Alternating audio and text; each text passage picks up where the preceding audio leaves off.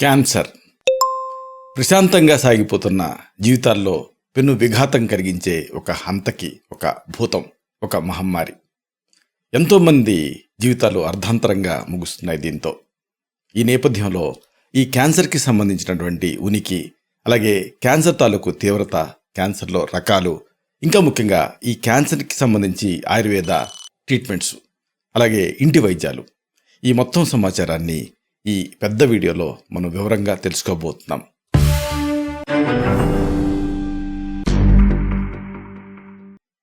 మిత్రులారా, నమస్కారం. నేను మీ డాక్టర్ చిరుమామిళ్ళ మురళీ మనోహర్. ఈ వీడియోలో మనం తెలుసుకోబోయేది అందరూ తెలుసుకోవాల్సింది. ఇదే క్యాన్సర్. ముఖ్యంగా దీనికి సంబంధించిన ఆయుర్వేద ఇంటి వైద్యాలు, ఇటీవల ఆయుర్వేద మూలికల మీద ఈ క్యాన్సర్కి సంబంధించి జరిగిన పరిశోధనలు, వీటి ఫలితాలు, ఈ మొత్తం సమాచారాన్ని మనం వివరంగా తెలుసుకోబోతున్నాం. భారతదేశంలో క్యాన్సర్ అనేది ఒక ముఖ్యమైన ప్రజారోగ్య సమస్య కింద మారిపోయింది. దీని సంభవం కానీ, అలాగే మరణాల రేటు కానీ రెండూ కూడా క్రమంగా పెరుగుతూ ఉండటం చాలా ఆందోళన కలిగించేటువంటి విషయం. భారతదేశంలో క్యాన్సర్కి సంబంధించి కొన్ని కీలకమైన గణాంకాలు, అలాగే వాస్తవాలు ఉన్నాయి. వీటిని తెలుసుకుంటే ఈ క్యాన్సర్ తాలూకు ప్రమాద తీవ్రత మనకి అర్థమవుతుంది. ముఖ్యంగా దీని ఇన్సిడెన్స్, అలాగే దీని ప్రభావం, ఇది తెలుసుకోవాలి. మీరు ఆ స్టాటిస్టిక్స్ కనుక గమనిస్తే 2022లో భారతదేశం సుమారు 1.46 మిలియన్ కొత్త క్యాన్సర్ కేసుని నమోదు చేసింది. అంటే చెప్పాల్సి వస్తే ప్రతి 1,00,000 మందికి 100 మంది ఈ క్యాన్సర్ బారిన పడుతున్నారు. ఇది చాలా ఎక్కువనే అర్థం. ఇక మగవాళ్ళల్లో చాలా సాధారణ క్యాన్సర్లు ఏమిటి అంటే ఊపిరితిత్తుల క్యాన్సరు, నోటి క్యాన్సర్లు, అలాగే ఆమాశయానికి సంబంధించిన కడుపు క్యాన్సర్లు ఇవి. మహిళల్లోనేమో రొమ్ము క్యాన్సర్లు, గర్భాశయపు క్యాన్సర్లు, అండాశయపు క్యాన్సర్లు చాలా ఎక్కువగా ఉంటున్నాయి. ఇంకా సర్వైవల్ రేటు ఎవరైనా ఆలోచించేది ఇది. క్యాన్సరు ఎలాగో దాడి చేస్తుంది, కానీ క్యాన్సర్ని జయించిన వాళ్ళ రేటు కనుక మనం ఆలోచిస్తే, అంటే క్యాన్సర్ తర్వాత డయాగ్నోజ్ అయిన తర్వాత ఎంతమంది ఎన్ని సంవత్సరాల తర్వాత కూడా బతికే ఉన్నారు అనేది కూడా ట్రీట్మెంట్ పరంగా ఇంపార్టెంట్, అలాగే క్వాలిటీ ఆఫ్ లైఫ్ పరంగా ఇంపార్టెంట్. భారతదేశంలో రొమ్ము క్యాన్సర్లు 5 ఏళ్ల మనుగడ రేటు 66.4 ఉంది. అంటే రొమ్ము క్యాన్సర్ డయాగ్నోజ్ అయిన తర్వాత 5 ఏళ్ల తర్వాత బతికున్న వాళ్ళ సంఖ్య మనం పర్సంటేజ్లో చూస్తే 66.4. అయితే ఇదేదో ఎక్కువ అనుకుంటున్నాం, కానీ యునైటెడ్ స్టేట్స్ ఆఫ్ అమెరికా అక్కడ దాంతో పోలిస్తే మంది చాలా తక్కువనే అర్థం. అంటే అక్కడ సర్వైవల్ రేట్ ఇంకా ఎక్కువ ఉంది. ఈ అసమానత ఎందుకు అంటే, ఒకటి డయాగ్నోసిస్ అండి. అంటే రోగ నిర్ధారణ చాలా ఆలస్యంగా జరుగుతుంది. అసలు కొంతమంది అయితే చిన్న గడ్డ వస్తే ఇక క్యాన్సర్ ఏమోనని దాన్ని ఆలస్యం చేస్తున్నారు. అంటే దాన్ని చూపించుకోవడానికి కూడా భయపడుతున్నారు. ఇది ట్రాజడీ. కానీ స్టిచ్ ఇన్ టైమ్ సేవ్స్ 9 అంటారు కదా. ఎర్లీ డయాగ్నోసిస్ అనేది చాలా అవసరం, కానీ అన్ఫార్చునేట్గా మన భారతదేశంలో ఇది జరగటం లేదు.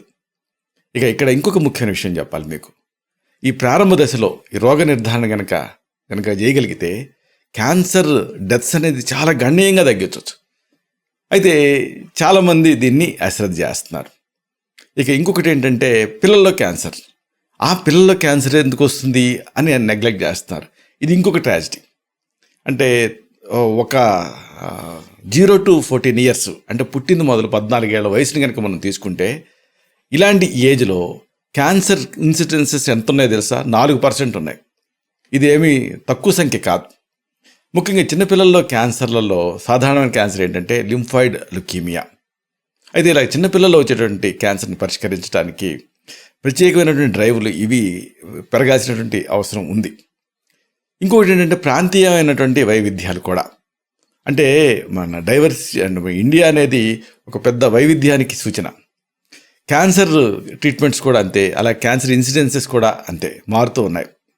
ఉదాహరణకు గ్రామీణ ప్రాంతాలని అలాగే పట్టణ ప్రాంతాలను కనుక పోలిస్తే, గ్రామీణ ప్రాంతాలలో ఈ క్యాన్సర్ ఉనికి పట్టణ ప్రాంతాల్లో పోలిస్తే సమానంగానే ఉన్నప్పటికీ కూడా అక్కడ డెత్ రేట్స్ ఎక్కువ ఉన్నాయి గ్రామీణ ప్రాంతాల్లో. ఎందుకంటే ఈ డాక్టర్లు అందుబాటులో లేకపోవటం, అలాగే సరైనటువంటి వ్యాధి నిర్ణయం జరగకపోవటం, ఇలాంటివన్నీ. అసలు ఇక్కడ మీరు ప్రధానంగా తెలుసుకోవాల్సింది ఆందోళన కలిగించేటువంటి కేసుల సంఖ్య. 2020తో పోలిస్తే 2025 నాటికి భారతదేశంలో క్యాన్సర్ భారం 12.8% పెరుగుతుందని అంచనా. సాధారణమైన సంఖ్య కాదు ఇది. 12% పెరగబోతుంది 2025కి. అంటే ఇది ఎందుకు అంటే, ఒకటి మన లైఫ్ స్టైల్, జీవనశైలిలో మార్పులు, భయంకరమైనటువంటి మార్పులు వచ్చేసాయి ఈ 10 ఏళ్లలోనే. అంటే పర్యావరణ కారకాలు, చుట్టుపక్కల ఉండేటువంటి వాతావరణ కాలుష్యాలు ఇలాంటివి కూడా ఎక్కువైపోయాయి. అలాగే జెనెటికల్ ఫ్యాక్టర్స్ కూడా. అయితే నివారణ అలాగే అవగాహన అనేది చాలా ముఖ్యం. భారతదేశంలో ప్రధానమైన క్యాన్సర్ కారకాలు ఏమిటంటే, ఒకటి పొగాకు వినిమయం చాలా ఎక్కువ ఉంది. అదొక స్టైల్ అనుకుంటున్నారు యంగ్స్టర్స్. దీంతో ఈ కేసులు పెరిగిపోతున్నాయి. ఇక మద్యం వాడకం కూడా చాలా ఎక్కువ ఉంది. నా దగ్గర ఆ పేషెంట్ వచ్చిన తర్వాత ఫామ్ ఫిల్ చేస్తూ ఉంటారు. వాళ్ళ అలవాట్ల గురించి ఒక కాలం ఉంటుంది.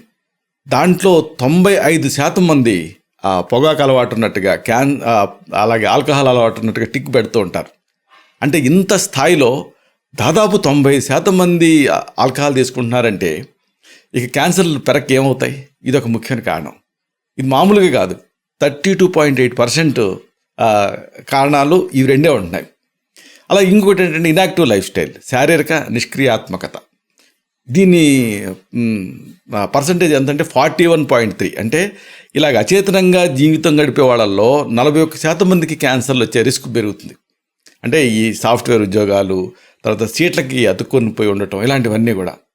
ఇంకోటి ఏమిటి అంటే ఈ పండ్లు, కూరగాయలు, వీటి వినియోగం బాగా తక్కువగా ఉండటం. ఇది ఒక మెయిన్ కాజ్. ఎంత అంటే 98.4%. అంటే మన భారతదేశంలో మామూలుగా పండ్లు ఎంత తీసుకోవాలి, కూరగాయలు ఎంత తీసుకోవాలి అనే ఒక సిఫార్సు ఉంది. అంటే 98.4 మంది ఆ సిఫార్సుని పాటించడం లేదు. అంటే అంత రికమెండెడ్ ఇంటేక్ అనేది లేదు. దీనివల్ల క్యాన్సర్ కేసెస్ పెరిగిపోతున్నాయి.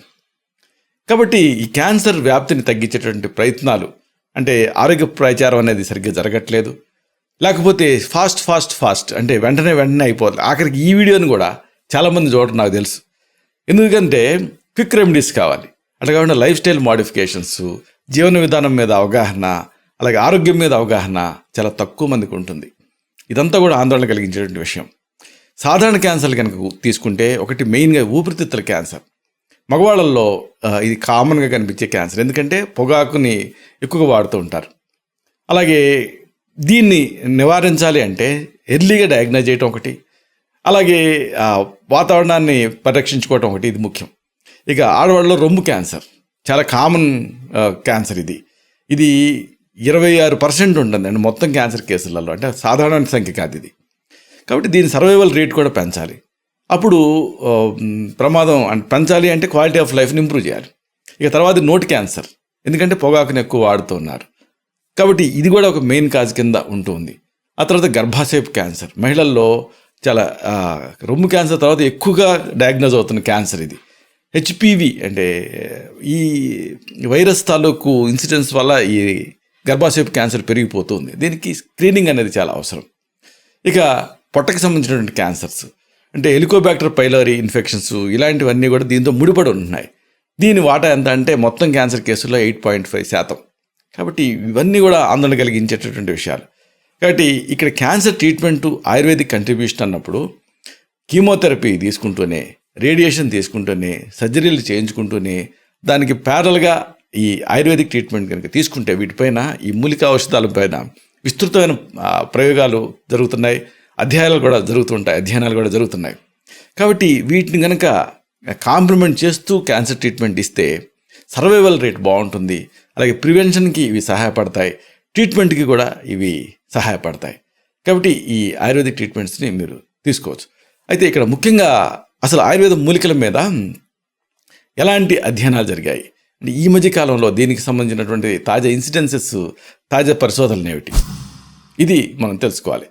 క్యాన్సర్ని తగ్గించేటటువంటి దిశగా అనేక పరిశోధనలు జరుగుతున్నాయి. ఉదాహరణకు బిళ్ళగన్నేరు, వింకా రోజియా అంటారు. ఈ మొక్కలో ఉండేటటువంటి విన్బ్లాస్టిన్ సల్ఫేట్, అలాగే విన్క్రిస్టిన్ సల్ఫేట్ అనే ఆల్కలైడ్స్, వీటికి ఒక ప్రత్యేకమైనటువంటి రసాయన తత్వాలు ఉంటాయి. ఇవి క్యాన్సర్ నివారణగా బాగా పనిచేస్తున్నట్టుగా అధ్యయనాల్లో రుజువైంది. అలాగే ఇంకొక ఆసక్తికరమైన ఆకు మేక మెయిన్ ఆకు. ఆసక్తిగా ఉంది కదా ఈ పేరు. మేకలు అన్ని ఆకులను తింటాయి, దీన్ని తినవు. టైలోఫోరా ఆస్థమాటికా అంటారు. అంటే ఇది తింటే విపరీతంగా వాంతి అయిపోయి కఫంతా బయటకు వచ్చి ఆస్మా తగ్గుతుంది. అందుకని దాని పేరులోనే ఆస్మాటిక్ అనే పేరుంది. ఇక్కడ మనకి ఆసక్తికరమైన విషయం ఏంటంటే ఈ మొక్కలో ఉండేటటువంటి టైలోఫోరిన్ అలాగే టైలోఫొరిలిన్ అనేటటువంటి ఆల్కలాయిడ్స్ క్యాన్సర్ కణాలతోటి పోరాడేటటువంటి నేచర్ కలిగి ఉంటాయని తేలింది. ఇంకా పత్తి గింజల నుంచి వచ్చేటటువంటి ఈ గాస్పిపాల్ అనే ఆల్కలాయిడ్ ఇది కూడా క్యాన్సర్ని అరికట్టే లక్షణం ఉందని తేలింది. అలాగే ఇంకా చైనా దేశంలో లభించేటటువంటి కెప్లోథీకా ఆక్మినేటా అనేటటువంటి ఒక మొక్కలో ఉండేటటువంటి ఆ క్యాప్లోథిసిన్ అనేది కూడా క్యాన్సర్ ముదరకుండా చేస్తుందని మన ఇండియాలో నాగపూర్లో నేషనల్ ఎన్విరాన్మెంటల్ ఇంజనీరింగ్ సంస్థ నిపుణులు వాళ్ళు పరిశోధించి కనుక్కున్నారు. ఇక మన తులసి హోలీ బేసిల్, ఈ తులసి ఉపయోగాలు అన్నీ ఇన్ని కావు. ఈ మొక్కను ఉపయోగించి కొన్ని క్యాన్సర్స్ని నివారించగలిగినట్టుగా కొంతమంది అధ్యయనకారులు రాశారు. ఇక జీడి గింజలు, సెమీకార్పస్ ఎనకార్డియం అంటారు, అంటే మామిడి జీడి కాదు, జీడి గింజలు, దీంతో తయారు చేసినటువంటి ఔషధం కూడా క్యాన్సర్లో అద్భుతమైన ఫలితాలు ఇచ్చినట్టుగా ఇండియన్ జర్నల్ ఆఫ్ ఎక్స్పెరిమెంటల్ బయాలజీలో వాళ్ళు పబ్లిష్ చేశారు. ఇది ఒక అమేజింగ్ విషయం. ఇక మణిపాల్లో ఉండేటువంటి కస్తూర్బా మెడికల్ కాలేజీ వాళ్ళు కూడా పరిశోధనలు జరిపారు. అశ్వగంధ మీద వాళ్ళు వైడ్ ఇన్వెస్టిగేషన్స్ కండక్ట్ చేశారు. ఈ అశ్వగంధ మొక్క క్యాన్సర్ కారక కణాలని వాటి పెరుగుదలని రేట్ని బాగా డ్రాస్టిక్గా తగ్గించినట్టుగా వాళ్ళు తేల్చారు. ఇది ఒక కాంప్లిమెంటరీ ట్రీట్మెంట్ కింద ఉపయోగపడుతుందని వాళ్ళు పబ్లిష్ చేశారు. అంతేకాదు ఈ అశ్వగంధ క్యాన్సర్ తాలూకు రేడియేషన్ ఇంటెన్సిటీని పెంచుతూ అదే సమయంలో క్యాన్సర్ నుంచి వచ్చే సైడ్ ఎఫెక్ట్స్ని తగ్గించినట్టుగా కూడా వాళ్ళు మెన్షన్ చేశారు. సరే, ఇదంతా పరిశోధన గురించి. కానీ యాజ్ అన్ ఎండ్ యూజర్ మీరు ఒకవేళ క్యాన్సర్ రాకూడదు అనుకున్నా, వచ్చిన తర్వాత త్వరగా తగ్గాలనుకున్నా ఏం చేయాలి అంటే దీనికి సంబంధించి ఆయుర్వేద గృహ వైద్యం, దీన్ని మనం తెలుసుకోబోతున్నాం. ఇలాంటి ఆయుర్వేద గృహ వైద్యాలలో ఈ సైన్స్ బ్యాకప్ తోటి చెప్పుకునేటువంటి ఈ వైద్యాలలో ముందుగా మనం చెప్పుకునేది పరిశోధనలలో తేలినటువంటి ఒక కాంబినేషన్ ఏమిటంటే తులసి, వేప, ఇంకా మారేడు. ఇలా మీరు రెడీ చేసుకోవాలి. తులసి, వేప, మారేడు ఇవన్నీ ఆకులే, తులసి ఆకులు, వేపాకులు, మారేడు ఆకులు. వీటిని తెచ్చి నీడలో ఆరబెట్టి పొడి చేసుకోవాలి. దీన్ని వస్త్రకాళితం బట్టి సిద్ధం చేసుకోవాలి. అన్నీ ఈక్వల్గా కలుపుకొని ఉంచుకోవాలి. 2 పూట్ల కూడా పూటకి 2 గ్రాముల పొడిని 50 మిల్లీలీటర్ల నీళ్ళకి కలిపి తాగుతూ ఉండాలి. అంటే ఒక అరకప్పు పాల నీళ్ళకి కలిపి తాగుతూ ఉండాలి. ఇంకొకటి, ఇది అంతే ఒక అద్భుతమైన కాంబినేషన్. దీనికి మీరు రెడీ చేసుకోవాల్సింది బిళ్ళ గన్నేరు, ఇంకా రోజీ అంటారు. అలాగే అతి మధురం, ఎష్టి మధు అంటారు. అశ్వగంధ, పెన్నేరు అంటారు. త్రిఫల చూర్ణం. ఇవి మీరు ఈ పద్ధతిలో మీరు రెడీ చేసుకోండి. ఒక 10 గ్రాములు, అంటే ఇవన్నీ కూడా యాంటీ క్యాన్సర్ గుణాలు ఉంటాయి కాబట్టి వీటన్నిటినీ ఫ్రెష్గా మీరు సిద్ధం చేసుకొని రెడీ చేసుకొని వీటిని వాడుకోవాల్సి ఉంటుంది. వీటిలో మీకు దొరికేటటువంటి అంటే దొరకలేదనుకోండి, ఆయుర్వేద మూలికలు అమ్మేటటువంటి అంగళ్ళలో వీటిని దొరుకుతాయి. వీటిని మీరు తెచ్చుకోవచ్చు. కాబట్టి ఇలాగా మీరు రెడీ చేసుకోండి. 10 గ్రాముల బిళ్ళగన్నేరు ఆకుల పొడి, 100 గ్రాముల అతి మధురం పొడి, 50 గ్రాముల అశ్వగంధ పొడి, 150 గ్రాముల త్రిఫల చూర్ణం కలిపి ఉంచుకోండి. ఉదయం సాయంత్రం దీన్ని మిశ్రమాన్ని పూటకి 2 నుంచి 3 గ్రాములు మోతాదుగా, అంటే 1/2 టీ స్పూన్ నుంచి కొద్దిగా 1/2 టీ స్పూన్ కంటే కాస్త ఎక్కువ మోతాదుగా ఈ పొడిని 5 మిల్లీలీటర్ల తేనెతో, అంటే 1 టీ స్పూన్ తేనెతో కలిపి దీన్ని తీసుకుంటూ ఉండాలి. ఇది ప్రధానంగా గొంతు క్యాన్సర్ని ట్రీట్ చేయడానికి ఉపయోగపడుతుంది. అలాగే ఇంకొక కాంబినేషన్ మీరు రెడీ చేసుకోవాల్సింది బిళ్ళగన్నేరు పూలు, ఇంకా తెల్ల జిల్లేడు పూలు, తులసి, గుంటగలగర, భృంగరాజి అంటారు. అలాగే పసుపు, మిరియాలు. ఇక వీటిని రెడీ చేసుకోవడానికి మూకుడు, గోమూత్రం, తేనె. ఇది ఒక ప్రాసెస్. దీన్ని మీరు జాగ్రత్తగా గమనించాలి. బిళ్ళగన్నేరు పూలు, తెల్ల జిల్లేడు పూలు, తులసి ఆకులు, గుంటగలగర మొక్క, పసుపు దుంప, మిరియాలు, వీటిని అన్నిటిని పొడుల రూపంలో తీసుకోవాలి. ఇవి ఫ్రెష్గా ఉన్నాయనుకోండి, తెచ్చుకొని నీళ్ళలో ఆరబెట్టి పొడి చేసుకోవాలి. ఇప్పుడు ఏం చేస్తారంటే సమానంగా కలిపి మట్టి మూకుళ్ళలో వేసి ఇవన్నీ మునగాలి. మునిగే వరకు కూడా 5 సార్లు వడగట్టినటువంటి గోమూత్రం పోయాలి. అంటే 5 సార్లు వడగట్టడం ఏంటి, గోమూత్రం సేకరించేటప్పుడు ఏం చేయాలంటే 5 సార్లు ఫిల్టర్ చేయాలి. దాన్ని పట్టాలి. మళ్ళీ ఒకసారి ఇట్లా బట్టతోటి 5 సార్లు ఫిల్టర్ చేయాలి. అది పోసి ఆ గోమూత్రం పోసి ఇప్పుడు ఈ మొత్తం మిశ్రమాన్ని బాగా ఎండించాలి. ఇలాగ 5 సార్లు గోమూత్రం పోసి ఎండించి అప్పుడు దాన్ని బాగా పొడి చేసుకోవాలి. మళ్ళీ 5 సార్లు వడపోసినటువంటి ఆ గోమూత్రం తేనె కలిపి దీన్ని ఏం చేయాలంటే మాత్రా కట్టుకి వచ్చే వరకు, అంటే ఏంటంటే బొటన వేలు చూపుడు వెళ్తే మాత్ర చుట్టగలిగేంత స్థాయికి వచ్చే వరకు కూడా నూరుతూ ఉండాలి. నూరి బఠానీ గింజంత మాత్రలు కట్టి ఎండబెట్టుకొని పూటకి 1 నుంచి 3 మాత్రల చొప్పున 3 పూట్ల కూడా ఒక 100 మిల్లీలీటర్ల ఆవు పాలతో, అంటే ఒక అరకప్పు ఆవు పాలతోటి తీసుకుంటూ ఉండాలి, వేసుకుంటూ ఉండాలి. దీన్ని లేదు కమలాపళ్ళ రసం అనుపానంతో కూడా తీసుకోవచ్చు. కనీసం 40 రోజులు తీసుకుంటే మంచి ఫలితం ఉంటుంది. దీన్ని ఒక సేవా దృక్పథంతో ఈ మన వీడియో చూస్తున్నటువంటి ఔత్సాహికులు ఎవరైనా సరే, మీరు రిటైర్ అయ్యి ఉండొచ్చు, లేకపోతే స్కూల్ టీచర్లు అయి ఉండొచ్చు, లేకపోతే హెడ్ మాస్టర్ అయి ఉండొచ్చు, మీ ఊళ్ళో వైద్య సహాయం అందని ప్రాంతాల్లో మీరు ఉండొచ్చు, ఎవరైనా సరే దీన్ని ఒక సహాయక దృష్టితోటి కానీ వేరే వాళ్ళకి సహాయం చేద్దాం అన్న ఉద్దేశంతో కానీ దీన్ని తయారు చేసి, అలాంటి క్యాన్సర్ ఇన్సిడెన్సెస్ ఉన్నప్పుడు, లేకపోతే క్యాన్సర్ వస్తుందన్న రిస్క్ ఉన్నప్పుడు, అలాంటి కేసులు ప్రబలంగా ఉన్నప్పుడు దీన్ని ఇవ్వచ్చు. ఇంకోటి ఏంటంటే, ఇంకొక మంచి కాంబినేషన్ క్యాన్సర్కి సంబంధించి ఎర్రగన్నేరు పూలు, జీలకర్ర, ఉప్పు, ఇంకా తేనె. దీన్ని రోజుకి ఒకసారి 200 మిల్లీలీటర్ల నీళ్ళకి 3 నుంచి 5 గ్రాముల ఎర్రగన్నేరు పూలు, అలాగే 2 గ్రాముల జీలకర్ర వేసి 100 మిల్లీలీటర్ నీళ్లు మిగిలేలాగా చిన్న మంట పైన మరిగించాలి. అంటే దీన్ని కషాయ ప్రక్రియ అంటారు. దించి గోరువెచ్చగా అయినప్పుడు దీన్ని వడపోసుకొని అవసరమైతే రుచి కోసం కొద్దిగా ఉప్పు కానీ లేదా తేనె కానీ కలిపి తాగుతూ ఉండాలి. గన్నేరు పూలని రోజుకి 5 వరకు వాడుకోవచ్చు. ఇలాగా ఇవి క్యాన్సర్ ప్రివెన్షన్కి, క్యాన్సర్ ట్రీట్మెంట్కి ఉపయోగపడతాయి. అయితే ఈ సమస్య ఇలాగే ఉందనుకోండి, అప్పుడు ప్రొఫెషనల్గా దీనికి సంబంధించి ఆయుర్వేద మందులు ఉన్నాయి, వీటిని ప్రిస్క్రైబ్ చేయాల్సి ఉంటుంది. ఇవి కీమోథెరపీ లాగా ప్రమాదకరం కావు. వీటిని కాంప్లిమెంటరీ థెరపీ లాగా కూడా ఇవ్వచ్చు. అంటే ఒకవేళ కీమో తీసుకుంటున్నా, రేడియేషన్ తీసుకుంటున్నా, సర్జరీ చేయించుకొని ఉన్నా దాన్ని కాంప్లిమెంట్ చేస్తూ కూడా వీటిని ఇచ్చే అవకాశం ఉంటుంది. ఉదాహరణకు వజ్రభస్మం, హీరాభస్మం అంటారు, దీన్ని ప్రిస్క్రైబ్ చేస్తూ ఉంటాం. 2 పూట్ల పూటకి 50 మిల్లీగ్రాముల ఔషధాన్ని దీన్ని ఒక 1/2 టీ స్పూన్ తేనెతో కానీ, లేకపోతే 5 గ్రాములు అంటే 1 టీ స్పూన్ వెన్నతో కానీ కలిపి తీసుకోమని సజెస్ట్ చేస్తూ ఉంటాం. అలాగే రెండోది స్వర్ణభస్మం, బంగారం నుంచి తయారయ్యేటువంటి ఆక్సైడ్ ఫామ్లో ఉండేటువంటి భస్మం ఉంటుందని చాలామంది భయపడుతూ ఉంటారు. స్వర్ణం, వజ్రం ఇవన్నీ ఏంటి, కిడ్నీ చెడిపోతాయేమోనని. కానీ ఇక్కడ చెప్పొచ్చేది ఏంటంటే, వీటిని భస్మీకరణ ప్రక్రియలో ఆక్సిడైజ్ చేస్తాం. ఆక్సిడైజ్ చేసిన తర్వాత ఇక దాంట్లో ఆ మెటాలిక్ కంటెంట్ అనేది ఉండదు. ఇది ఈ మధ్య చాలా అధ్యయనాలలో ఇది సాక్ష్యాధారాలతో సహా తేలినటువంటి విషయం ఇది. కాబట్టి ఈ స్వర్ణభస్మం అంటే పుటాలు పెట్టి శాస్త్రోక్తంగా చేస్తే అలాంటి రిస్క్ ఏమి ఉండదు. దీన్ని 2 పూట్ల కూడా పూటకి ఒక 50 మిల్లీగ్రాముల ఈ ఔషధాన్ని తేనెతోటి ఒక 1/2 టీ స్పూన్ తేనెతో కానీ, 5 గ్రాములు అంటే 1 టీ స్పూన్ వెన్నతో కానీ తీసుకోమని సజెస్ట్ చేస్తూ ఉంటాం. అలాగే సిద్ధ మకరధ్వజం, ఇది 2 పూట్ల కూడా పూటకు 1 మాత్ర పాలతో ఇస్తూ ఉంటాం. లేదు అంటే ఒక కాంబినేషన్, అంటే సిద్ధ మకరధ్వజం 3 గ్రాములు, జీలకర్ర ఏమో వేయించి చేసినటువంటి జీలకర్ర పొడి 6 గ్రాములు కలిపి మళ్ళీ దాన్ని ఒక 60 పొట్లాలు కట్టి రోజు 2 పూట్ల ఉదయం సాయంత్రం కూడా ఒక్కొక్క పొట్లం చొప్పున ఈ ఔషధాన్ని తగినంత వెన్నతోటి, పంచదారతోటి తీసుకోమని సజెస్ట్ చేస్తూ ఉంటాం. లేదా ఒక 1/2 టీ స్పూన్ తేనెతో కూడా తీసుకోమని సజెస్ట్ చేస్తూ ఉంటాం. ఇలాగా 60 పొట్లాలు 30 రోజులు వస్తాయి. 30 రోజులు ట్రీట్మెంట్ చాలా ఎఫెక్టివ్గా పనిచేస్తుంది ఇది. అలాగే ఇంకోటి ఏంటంటే భల్లాతకవటి చెప్పుకున్నాం కదా, జీడి గింజలన్నీ సెమికార్పస్ ఎనకార్డియం. 2 పూట్ల కూడా ఆహారం తర్వాత పూటకు 1 మాత్రని మింగమని, తర్వాత ఒక 10 నుంచి 20 మిల్లీలీటర్లు శారిబాద్యరిష్టం సుగంధి పాల నుంచి తయారవుతుంది. అంటే 1 టేబుల్ స్పూన్ మోతాదుగా ఈ మందుని సమంగా నీళ్లు కలిపి ఈ భల్లాతకవటిని తీసుకోమని సజెస్ట్ చేస్తూ ఉంటాం.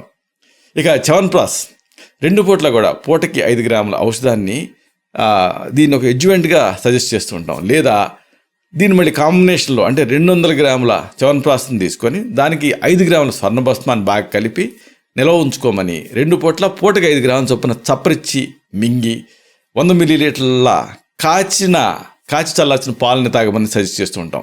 దీంతో బయో అవైలబిలిటీ బాగా పెరుగుతుంది, అలాగే ఇమ్యూనిటీ కూడా పెరుగుతుంది. లేదా అశ్వగంధ లేహ్యం, దీన్ని 200 గ్రాముల అశ్వగంధ లేహ్యానికి 5 గ్రాముల పూర్ణచంద్రోదయం అనే దాన్ని కలిపి నిల్వ చేసుకోమని చెప్తాం.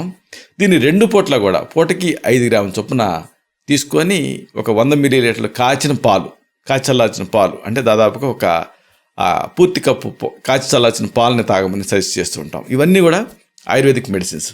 ఇలాగా మీరు ఒకవేళ క్యాన్సర్ డయాగ్నోజ్ అయినా ఎంత మాత్రం నిరాశపడాల్సినటువంటి అవసరం లేదు. దీనికి అద్భుతమైన ఆయుర్వేద గృహ చికిత్సలు, అలాగే ఆయుర్వేద ఔషధాలు ఇవన్నీ ఉన్నాయి. మీరు ప్రధానమైనటువంటి ట్రీట్మెంట్ ఏది తీసుకుంటున్నప్పటికీ కూడా ఈ ఆయుర్వేదిక్ మెడిసిన్స్ దాన్ని కాంప్లిమెంట్ చేయడానికి ఉపయోగపడతాయి. ఇలాగా ఈ క్యాన్సర్ మహమ్మారిని అందరం కలిసి ఎదుర్కోవటం అనేది చాలా ముఖ్యం. లేకపోతే ఇది ఒక పెద్ద ప్రజారోగ్య సమస్య కింద మారబోతుంది. శతం జీవ శరదో వర్ధమానః, శతం హేమంతాన్ శతం వసంతాన్. 100 శరత్తులు, 100 హేమంతాలు, 100 వసంతాలు వర్ధిల్లుతూ జీవించండి. Stay healthy, stay happy, be positive, keep smiling, stay safe. Love you all. శుభం.